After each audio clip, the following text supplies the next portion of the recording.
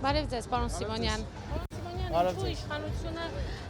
2019-ից հետո միայն այս տարի այսպես մեծ շփով ճոխ նշեց քաղաքացու։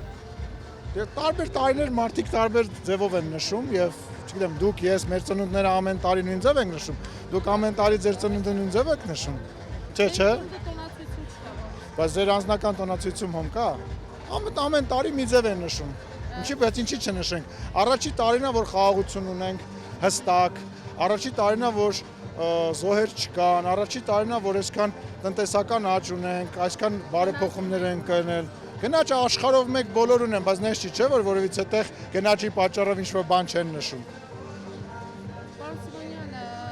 վերջին օրերին ձեր թեպետ դուք անդրադարձել եք ձեր ավտոշարասյան դեպքն եմ ուզում հիշեցնել, դուք ճիշտ է բարձրաբարում ներկայացրել եք, սակայն այդտեղ դրվագներ կար, որ օրինակ թունելում ձեր աշխատակիցը Սուտա, ես դրա մեջ եթե անդրադարձս տեսել եք, ինչ եք նույն հարցը, սուտա, ձայնը դրված է այդ բանի այդ սիրենայի ձայները խոսքը դրված կա, մոնտաժված դրված է եւ մնացած բաների հետ կապված բարձրաբանում եմ, հիմա խենք նորից դրա մասին խոսում։ Օրինակ, ես հիշում եմ, որ նախորդ տարի ձեր ավտոշարասյունը եւս աչքեր ընկել երկրորդ հոդվածում կանգնելով, այսինքն Հարգելիս, իսկ էլ մի դուք օրենքը ուսումնասիրեք, հատուկ փարոսիկներով ավտոմեքենաները կարող են այս հոսգիծը նույնպես խախտեն։ Երբ որ օրենքը երբ որ մեջն եմ կամ մեջ չեմ, իրանք պետք է իմ անվտանգությունը եւ տեղաշարժը ապահովեն, դա օրենք է, դա նորամուծություն չի եւ մեքենան կարող է գալ այստեղ կանգնել, դա օրենքով թույլատրելի է։ Ուսումնասիրեք, խնդրում եմ, ամեն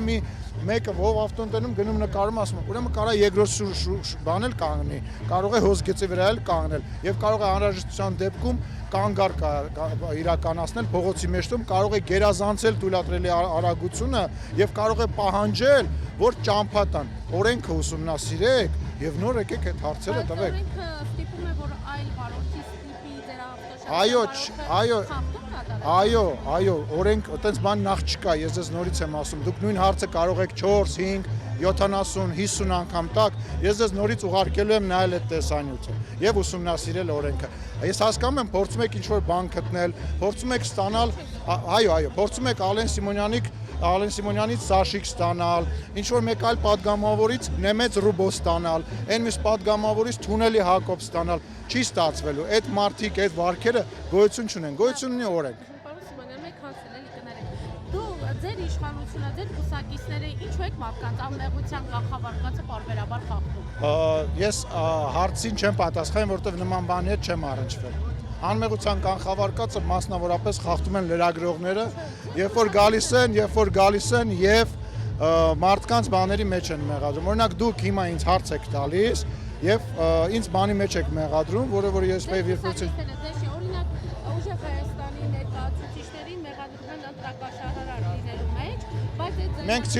մենք ցիտում ենք այդ ձայնագրությունները, բարև ձեզ։ Հասկանալ է, բայց մենք կարող ենք կարծիք ունենանք, դուք 5 րոպե առաջ ինձ հարց եք տալիս մի տեսանյութի հիման վրա, ես ձեզ անընդհատ ասում եմ ձայնը դրված է, մոնտաժված է, ես պարզաբանումը տվել եմ, բայց դուք հարցը տալիս եք, այսինքն դուք մեջբերում եք, դուք դրա մասին խոսում եք, այն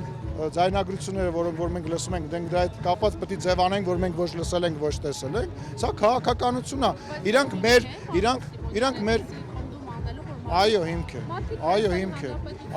է։ Տելևիզոր են բաժանում, քյաբաբ են բաժանում, 3000 դրամի համար կռիվ են անում։ Ես ներողություն եմ խնդրում, բայց ես նման ուսումնասիրությամբ չեմ զբաղվել։ Եթե նման բան կա, մենք արդեն բազմիցս ապացուցել ենք, որ Հայաստանի Հանրապետությունում անկախ նրանից ով բարեկամն է, քրեական օրենսգիրքը գործում է եւ ես դրա վառ ապացույցն եմ ձեր առջև կանգնած։ Նենց որ այդ խոսակցությունները արդեն 5 տարի է դուք փորձում եք մտցնել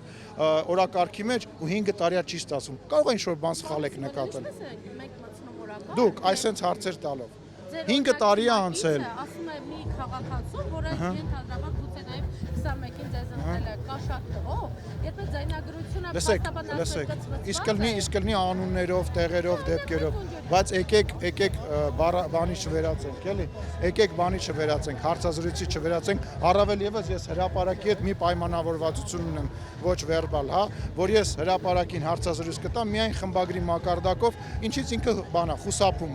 խուսափում է եւ չի գալի ուղիղ եթեր։ Ես ձեր այս առիթը օգտագործելով նորից ասում եմ Տիկին Օհանյան, վերցրեք